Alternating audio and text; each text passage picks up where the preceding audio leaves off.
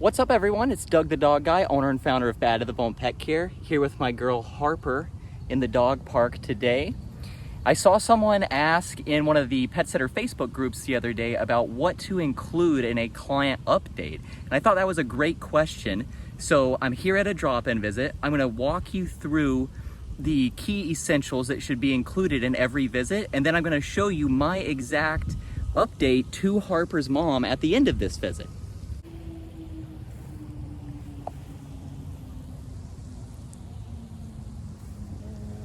So to start with, you have to decide how often you are going to be sending updates and include that in your policies. By including this in your policies and having a set interval for every single client, this is going to make sure that all of your clients have the exact same expectations that you do. And it's super important to set those expectations up front. That way everyone knows exactly what they are getting. Now, we at Bad to the Bone Pet Care guarantee updates at every single visit with photos, with GPS tracking, with a timer, all of that at every single visit. And that is what I would suggest that any pet sitter do, because why wouldn't you? It takes 60 seconds at most to send a text message. You're getting paid to be there anyway. It helps build your relationship with the client. I could go on and on and on and on. You guys get the picture. There's no reason to not send an update at every single visit. There are 4 key parts to any client update. You first have the necessities or the essentials. Then you have the description. Then you have the photos, and then you have the proof. Now, your necessities and essentials are things like, did the dog go number 1 and number 2 on your visit? Did the pet eat their food if you were supposed to feed them at the visit? And this is going to kind of change depending on the client that you're working with and what they are paying you to do. For example, if you're getting paid to give a pet medicine, one of your key essential necessities for your update would be to tell the client that the dog got their medicine, or if they didn't get the medicine, why and how you are going to solve that. You know, those are all key essentials. And then the description is everything that's not a basic necessity. And that's where you get to really have fun with it. You get to let your personality shine and show your relationship that you're building with the pets. Just tell a story with it. You know, if you're walking a dog, tell about something that's funny that happened on your walk, or a special moment that you had with the cat, or, you know, whatever it may be.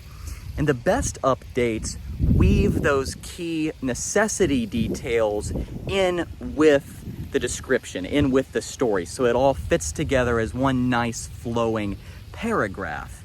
And that's where I'll touch on length for a minute. Now, no client wants to read an entire book every time that you're there, but they also need enough information to know what is going on and to have peace of mind. And I think like a good flowing paragraph is a good length usually, you know, 3 to 8 sentences, something along those lines. So we have the key necessities, we have the description, and then the next part is your photos. And I would argue that this is actually one of the most important parts of your entire update, because if you can capture the joy on the dog's face, the love and the attention that you are giving them, capture what you are doing, capture all of that. You know, they say that a photo says 1,000 words, and I know as a pet sitter and dog walker that that is true.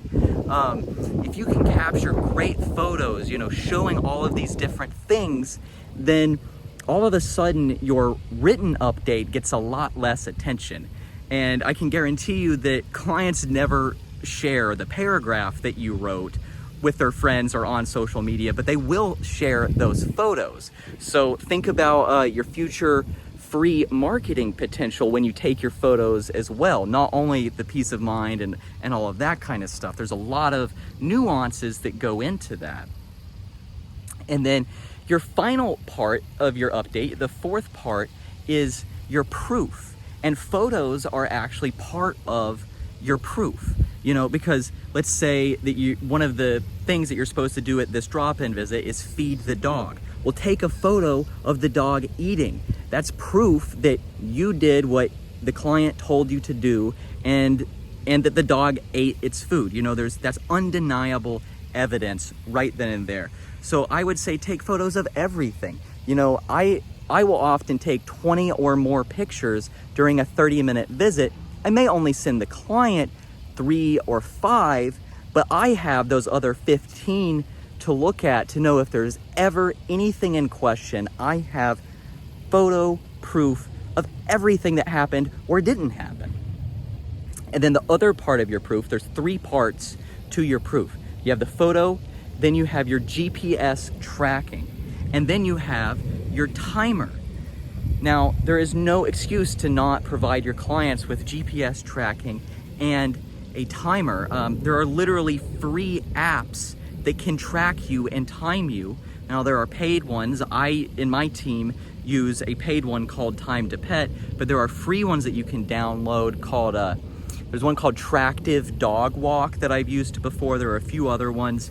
There's just no reason to not provide that. You know, if your client is paying you to be there for 30 minutes, they need to know that you were there for 30 minutes. And it's your job as the pet professional to provide them with that proof. You know, it's super simple. So again, those are the 4 parts. You have the basic necessities, your description, your photos, and your proof. And then in your proof has 3 parts to it: the photo, the GPS, and the timer.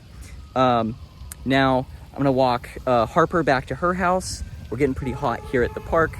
I'm sure I look great right now. And then I will show you the update that I send to Harper's mom.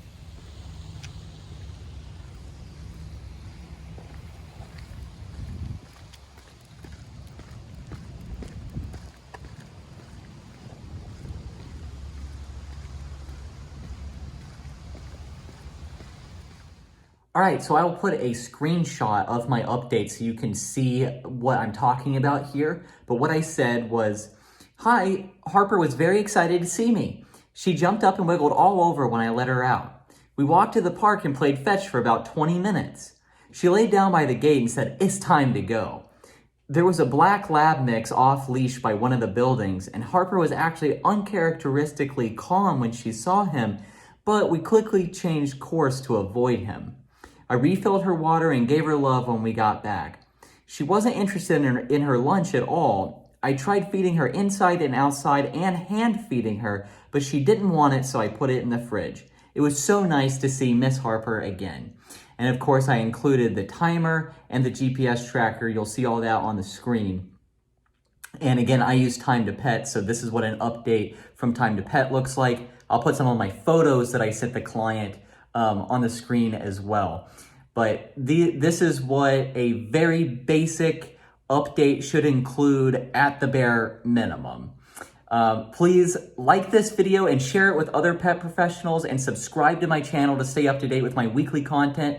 I put out videos every week helping others to build a successful pet business and just showing what life is like as a full-time professional pet sitter. I'm Doug the Dog Guy with Bad to the Bone Pet Care, reminding you to stay positive.